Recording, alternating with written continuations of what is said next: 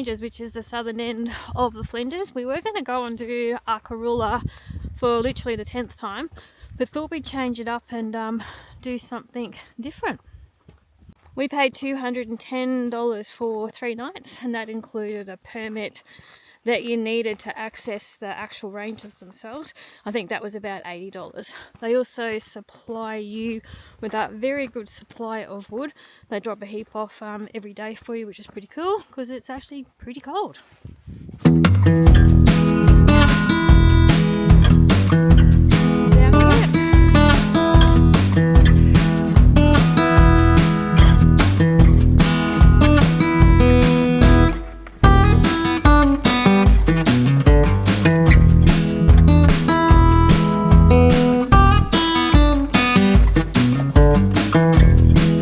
Quite a few campgrounds here. These ones are all unpowered sites, but you got access to water and amenities and those sorts of things. So boys and girls, got a really good camp kitchen, and inside said camp kitchen you have washing machine, dryer, which is free by the way, and you've got that sort of stuff going on. So quite comfortable if you're not set up properly or you just want a few creature comforts.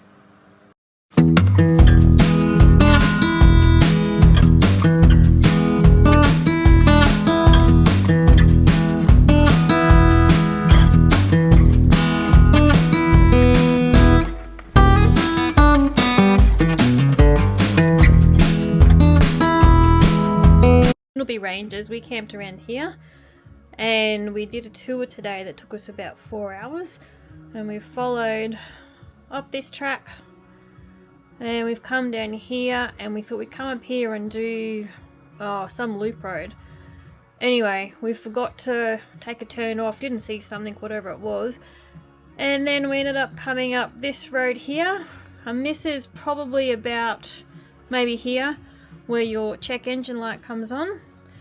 You keep going a bit further, you start to feel pretty faint around here, and then about that section here you actually start to put your checkout light on.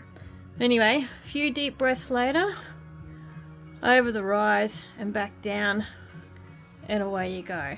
So the tracks are definitely not two-wheel drive, and you should have some level of experience when you're driving, and I would say medium in most places. But some sections around here, you need a bit of skill to navigate that stuff. So it's steep accents, steep descents, and you're literally looking at the side of a cliff, and it is literally a sheer drop from there. So anyway, good times. Don't really want to do it again. If you do get into strike though, you can call the station on UHF 28 and they'll either give you some directions or come to your rescue.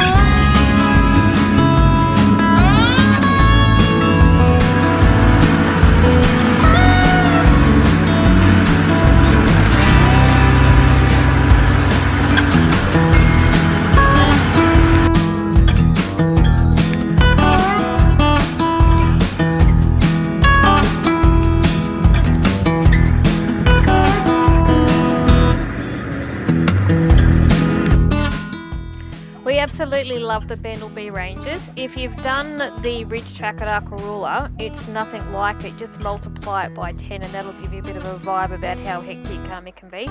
Bendelby wasn't on our radar, it was a random choice, but we're really glad we did it. It was always good to do something different. The Hungry Ranges are just across the road if you want another near-death experience. It was something I didn't choose. Charlie would probably do it if he was with people, but I was definitely not going along for that ride. There's a car graveyard nearby which I didn't film because it was on a private residence, but it did speak volumes about the type of vehicle you need to use and the level of experience you need to have to traverse some of these tracks. All in all though, absolutely highly recommend the Bendelby Ranges if you want to be a daredevil, if you want to be a romantic couple, or if you just want to be a family. You'll have a fantastic time there.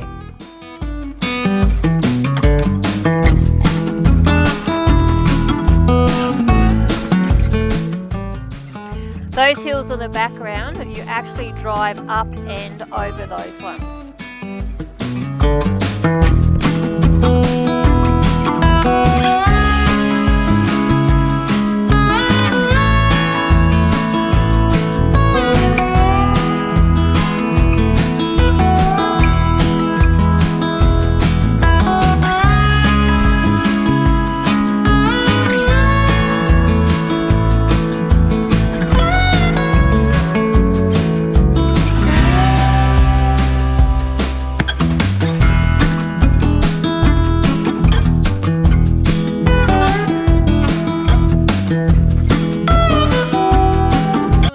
We did were pretty gnarly, but the only real issue was we left a carton of beer in the back of the truck and those cans had smashed and put beer everywhere. But other than that, all good.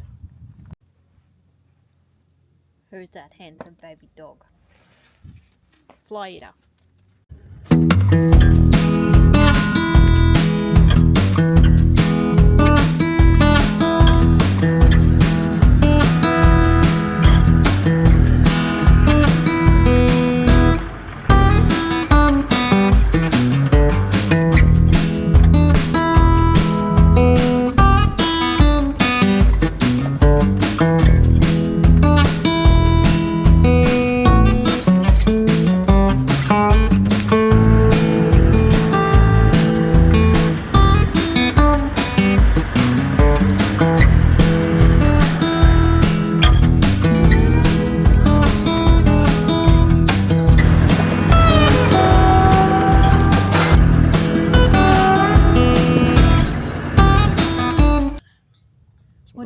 What do you reckon about the Bendelby Ranges? Yeah, good. Tracks are good. They got different levels for different experience. Obviously the one we took was a bit too scary for you. That was an 8 out of 10.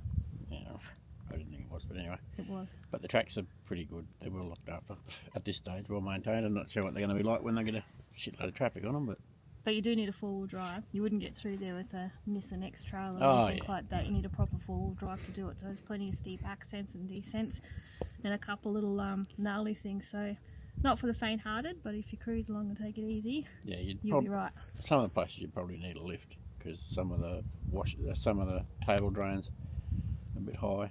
So we only just scraped over with a 300mm extension, so I wouldn't think you'd get over with a 600mm. So if you want your check engine light to come on, go and do it. Check your fucking